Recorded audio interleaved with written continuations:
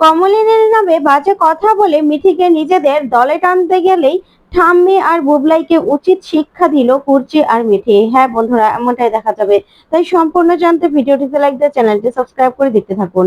গল্পের শুরুতে দেখা যাবে নতুন কমলিনীকে বলে, দেখো থানা পুলিশ হবে, সুসাইড কেস তো, কিন্তু বৌদি যদি এটা নিয়ে বেশি বাড়াবাড়ি করতে যায় তাহলে তো বৌদি নিজেই ফেসে যাবে। কারণ প্লুটো তো স্পষ্ট ভাবে লিখে গেছে সবকিছুর জন্য দায়ী কে। তাই আমার মনে হয় না বৌদি এটা নিয়ে বাড়াবাড়ি করবে।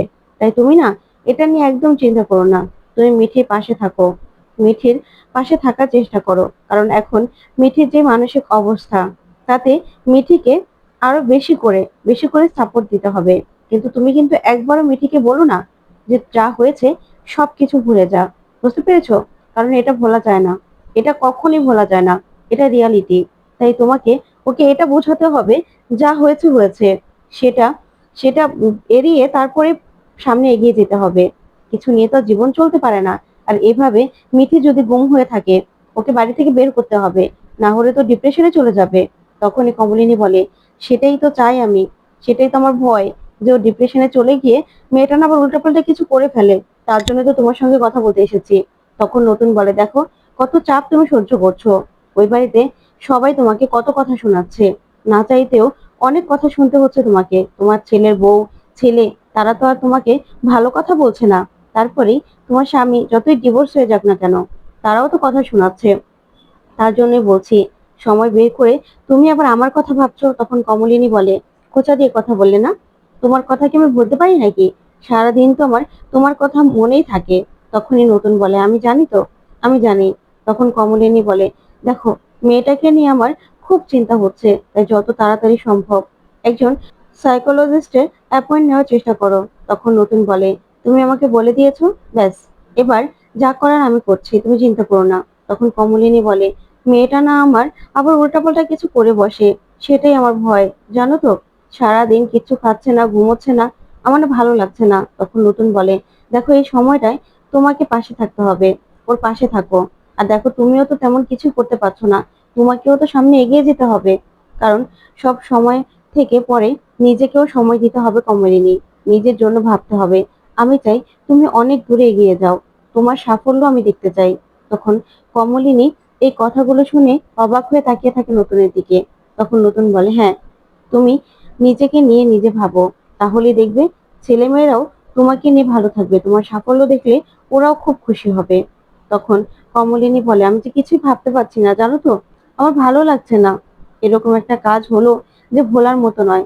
তখন নতুন বলে, তারপরেও তো আমাদের সবকিছু পিছনে ফেলে তারপর সামনে এগিয়ে যেতে হবে।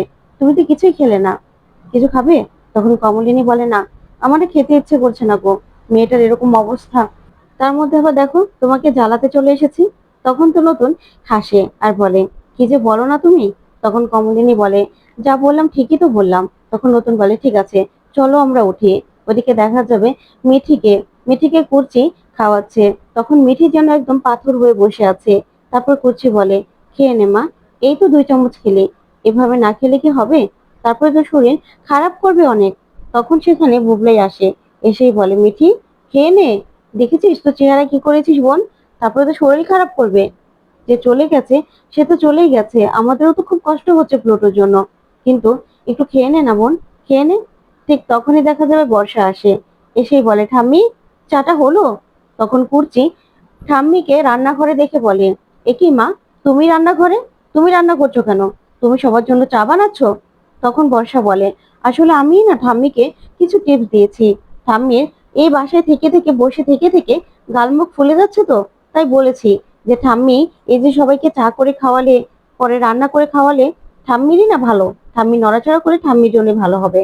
আর এই যে রুদ্রের এখন চাকরি নেই, আমিও তো 2-3টে স্কুলে চাকরি ইন্টারভিউ দিয়েছি, সেখান থেকে একটা হয়ে গেলে আমি যদি চাকরি করতে চলে যাই, তাহলে তো ঠাম্মিরই সব রান্না বান্না করতে হবে, তাই না? তখন এই কথাতে বুবলাই অবাক হয়।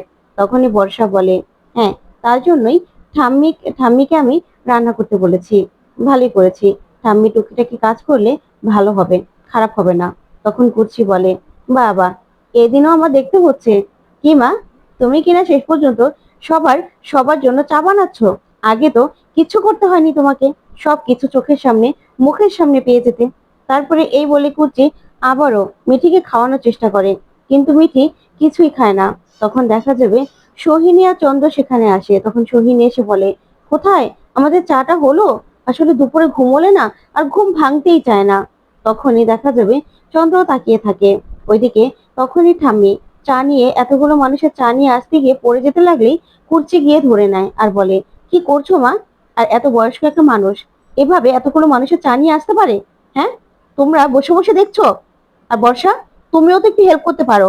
তখনই বুবলাই এই কাণ্ড দেখে বর্ষার উপর রেগে যায় আর বলে, হ্যাঁ বর্ষা, পিসিমণি তো ঠিকই বলেছে, তুমিও তো ঠাম্মিকে একটু হেল্প করতে পারো। এভাবে ঠাম্মির গাল ফুলে গেছে, মুখ ফুলে গেছে, এগুলো বললে তো আর হবে না। কেন তুমি পারো না একটু হেল্প করতে? তখন বর্ষা বলে, কেন আমি কেন করব রুদ্র? বিয়ের সময় তো এটা বলা হয়নি যে আমার চা, আমার স্ন্যাক্স, আমার ব্রেকফাস্ট এগুলো আমি বানিয়ে খাবো? কোথায়? এগুলো বলে তো আর আমাকে আমাকে এ বাড়িতে আনা হয়নি। তাহলে এখন এগুলো আমাকে কেন করতে হবে? কেন করব আমি, বলো তো? তখনই বুবলাই বলে, দেখো সিচুয়েশন বুঝে না মানুষের কাজ করতে হয়। তখন সিচুয়েশনটা আলাদা ছিল। তখন মা ছিল, এখনো মা আছে, কিন্তু মা আলাদা হয়ে গেছে। মায়ের প্রতি আমাদের আর কোনো অধিকার নেই। এখন মা চাইলেও কিছু করে খাওয়াবে না, বুঝতে পেরেছো? তখনই রূপচন্দ্র বলে, থাক না বুবলাই বাবা, এগুলো নিয়ে কষ্ট পাস না, কষ্ট পাওয়ার কোনো দরকার নেই। আর তাছাড়া সোহিনী সোহিনী আমরা যখন মেঘালয় ছিলাম না, তখন সোহিনীর কিন্তু 2-3টা কাজের লোক ছিল। সোহিনীও না কোনো কাজ করতো না। তখন এই কথা শুনেই বাবিল বলে ওঠে, তাহলে বাবা এত আরামের জীবন ছেড়ে এখানে চলে আসলে কেন? এখানে তো আসা তোমার উচিত হয়নি। আর তাছাড়া এই তো তুমি এত মিথ্যে কথা বলতে ঝুড়ি ঝুড়ি, যে তুমি নাকি মেঘালয়ে হোমে ছিলে, তারপর হোমে থাকতে। তাহলে সোহিনী আন্টির যে 2-3টা কাজের লোক ছিল, সেটা তুমি কি করে জানলে? তুমি তো বলেছিলে যে তোমাদের নাকি কোনো সম্পর্কই নেই, তুমি নাকি সোহিনী আন্টির সঙ্গে থাকোই নি। তাহলে তোমার মিথ্যেটা তো এবার সবার সামনে ধরা পড়ে গেল তো বাবা। তখন এই কথা শুনি চন্দ্র চন্দ্র মুখ ভার করে তাকিয়ে থাকে। তখন বাবিল বলে, এই মিথ্যেগুলো এখন আর এখানে চলবে না। তোমাদের সত্যিটা না সবাই জানে। তোমরা তোমরা যে মিথ্যে কথা বলেছো সেটা সবাই আমরা জানি। তাই মিথ্যে কথা বলে আর কোনো লাভ হবে না, কোনো লাভ হবে না তোমার। ঠিক তখনই ঠাম্মি বলে, আমার না মনে হয় কি, আমার ছেলে যে সংসার করেছে না আরেকটা নতুন করে, একদম ঠিক কাজই করেছে। ও তো আরেকজনের সঙ্গে সংসার করেছে, সবাই তো সেখানে জানতো যে ওরা স্বামী স্ত্রী। ও সোহিনীকে বিয়ে করেছে। আর এখানে তোদের মার মতো না তো, তোদের মা তো বিয়ে না করেই কত কিছু করেছে। তখন কুর্চি বলে, কি করেছে মা? কি করেছে বলো, কি করেছে? এখন বৌদি ভাই বাড়িতে নেই, আর বৌদি ভাইকে নিয়ে কথা না বললে হচ্ছে না তোমার, তাই না? সেই মানুষটাকে নিয়ে টেনে টেনে তোমাকে কথা বলতেই হবে। কেন মা, কেন তোমাদের এত কিসের রাগ মানুষটার উপর? মানুষটা তো আর কম কিছু তোমাদের জন্য করেনি, কম কিছু করে খাওয়ায়ও নি। তাহলে কেন এসব কথাগুলো বলছো? তখন ঠাম্মি বলে, একদম ঠিক কথা বলেছি। এই যে মেয়েটার এই অবস্থা, মেয়েটা একদম পাথর হয়ে গেছে, চোখ মুখের কি অবস্থা। এই সময় সেই মহারানী কোথায় চলে গেছে? হ্যাঁ, কোথায় চলে গেছে? তার কি এখন না বের হলেই চলছিল না? তার বের হওয়ার কি খুব দরকার ছিল? এই সময়টাতে তো বাচ্চারা বাচ্চারা তার মাকেই খোঁজে, তাই না? এই যে মিঠির এই অবস্থা, আমিও জানি মিঠি ওর মাকেই খুঁজছে। সব কষ্টগুলো নিজের মাকে বলবে বলেই বসে আছে, কিন্তু কোথায় কোথায় তার মা? মেয়ের এই অবস্থার মধ্যে চলে গেল মেয়েকে রেখে ঘুরতে। দেখ, আমার চাঁদু এই বয়সে এসেও সে মায়ের কাছে তো ফিরে এসেছে। আমার চাঁদু মায়ের কাছে এসে আশ্রয় নিয়েছে। আর এখানে এখানে মিঠি তো বাচ্চা মানুষ, ও তো ওর মায়ের সঙ্গ চাইবেই। এই সময়টাতে নিজের মেয়েকে সময় না দিয়ে সে কিনা সে নতুনের সঙ্গে দেখা করতে চলে গেল। আমার ছেলে তো তবু বিয়ে করে নিয়েছিল, আর বিয়ে ছাড়াই তো আর তোমাদের মা 20 বছর 20 বছর আরেকজনের সঙ্গে ইটিস পিটিস করেছে, ঘুমটার নিচে খ্যামটা নেচেছে। তখন এই কথাগুলো শুনে অবাক হয়ে যায় সবাই। তখন বর্ষা খুশি হয়ে ঠাম্মিকে চা হাতে তুলে দেয় আর বলে, স্ন্যাক্স খাবে? তখন ঠাম্মি বলে না। ওইদিকে সোহিনী বলে, হ্যাঁ তাই তো, দেখো মিঠি, তোমারই এই অবস্থা, তার মধ্যে তোমার মায়ের বয়ফ্রেন্ডের সঙ্গে দেখা করতে না গেলে চলছিল না, তাই না?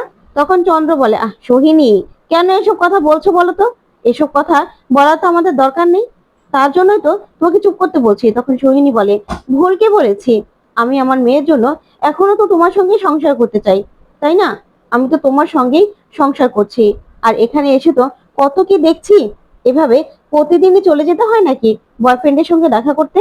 তখন কুচি বলে, শোনো, নিজেদের চরকায় না নিজেরা তেল দাও। অন্যকে নিয়ে কথা বলার আগে নিজের দিকটা একবার ভেবে নেবে। এত অন্যের ব্যাপারে তোমাদেরকে কথা বলতে হবে না। কথা বলতে হবে না। নাও মিঠিমা, একটু খেয়ে নাও, আর একটু না খেলে কি করে হবে বলো তো? তখন এই ঠাম্মি বলে, কেন কথা বলবে না? কথা তো বলতেই হবে। ঠিকই তো, এই সময়ে বোমার কোথায় গেছে? সেই তো নতুনের সঙ্গে দেখা করতেই গেছে। এখনো তার নতুনের সঙ্গে দেখা করতে যেতে হয়? কারণ ওদের বাড়ির অবস্থাও তো ভালো নয়। দুটো চলে যাওয়াতে সবারই তো কষ্ট হচ্ছে। মিঠির যে অবস্থা, নতুনের দাদা বৌদিরও তো একই অবস্থা, নতুনেরও তো একই অবস্থা। সেই সময় ছেলেটার সঙ্গে দেখা না করলে হচ্ছিল না? ছেলেটাকে একটু ওর বাড়ির লোকদের সঙ্গে থাকতে দেবে, তাও থাকতে দিচ্ছে না। সেই নিজে দেখা করতে চলে গেল। কেন? এত কিসের দেখা করা দরকার? ওর মেয়েটারও তো এখানে এই অবস্থা। মেয়েটাও তো একদম চুপ মেরে গেছে। চেহারার কি অবস্থা হয়েছে। তখন বাবিল বলে, শোনো ঠাম্মি, আমার মায়ের নামে একটা বাজে কথা বলবে না, একটাও বাজে কথা বলবে না। আমার মা যা খুশি তাই করবে, তোমাকে সেই নিয়ে ভাবতে হবে না। তখন ঠাম্মি বলে, কেন? কেন ভাববো না? তোর মা এক এক কিছু করতে পারবে আর আমরা বলতে পারবো না বুঝি? কেন বলবো না? এত বছর তো আমাদের চোখে ধুলো দিয়ে রেখেছিল।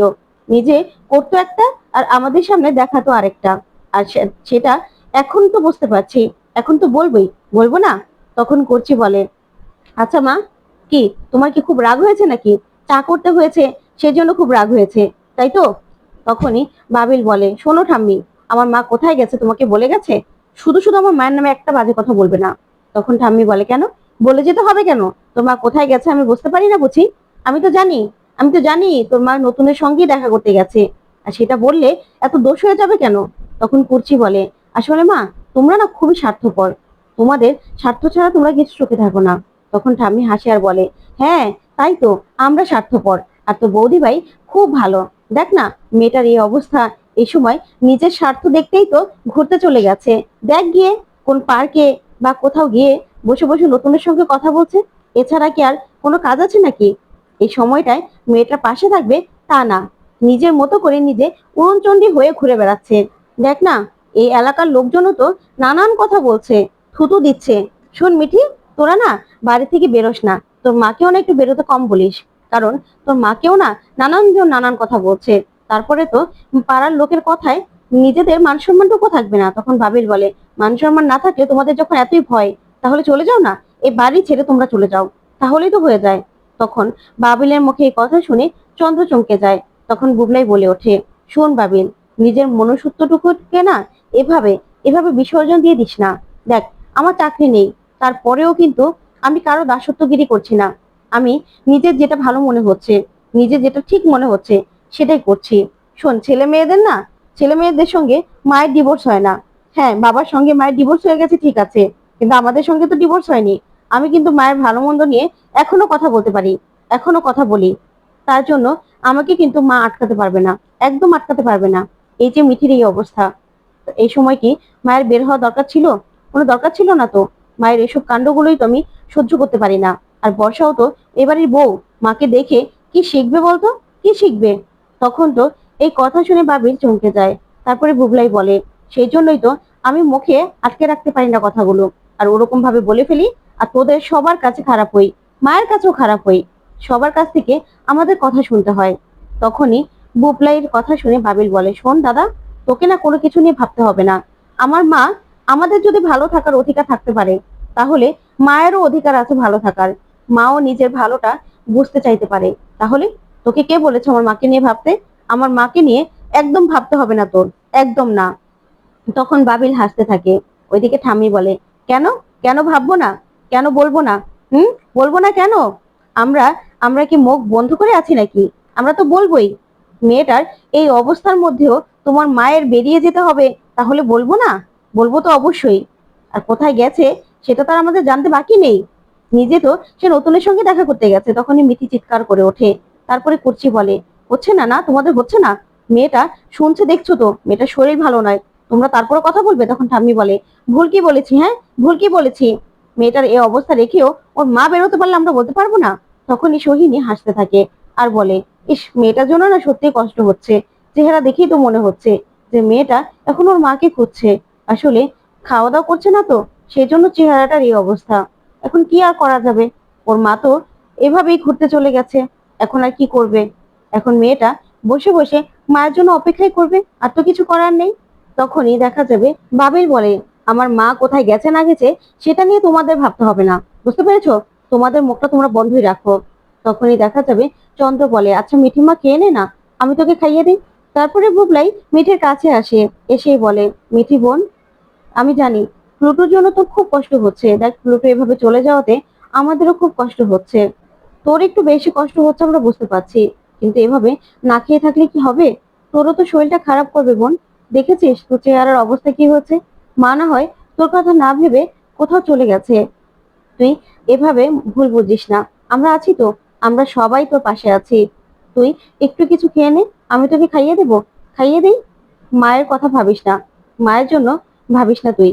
তখনই কুর্চি বলে, তুই কি তোর মায়ের নামে সে মেয়েটার মনটা বিষিয়ে দিতে এসেছিস? সরে যা এখান থেকে, একদম বাজে কথা বলবি না, একদম না। তখন বাবিল বলে, বোন, তোকে খাইয়ে দেবো আমি, একটু খেয়ে নে না, একটু খেয়ে নে। তোকে তো নিজেকেই সামলাতে হবে বল। তখনই মিঠি উঠে দাঁড়ায়, উঠে দাঁড়িয়ে বলে, পিসিমণি, আমি একটু ঘুমোবো, আমাকে কাউকে ডিস্টার্ব করতে বারণ করবে। তখনই কুর্চি বলে, এই তো ঘুম থেকে উঠলে মা। তখন মিঠি বলে, কেন? সবাই সবার মতো করে চলতে পারে, সবার নিজস্ব মতামত আছে, আমার কি নেই? আমি এখন ঘুমোবো, আমি বলে দিলাম, আমাকে কেউ একদম ডিস্টার্ব করবে না। তখন এই বলে মিঠি সেখান থেকে চলে যায়। তখন কুর্চি মিঠির দিকে অবাক হয়ে তাকিয়ে থাকে। তো বন্ধুরা, কেমন লাগলো আজকের আপডেট, কমেন্ট করে জানাও।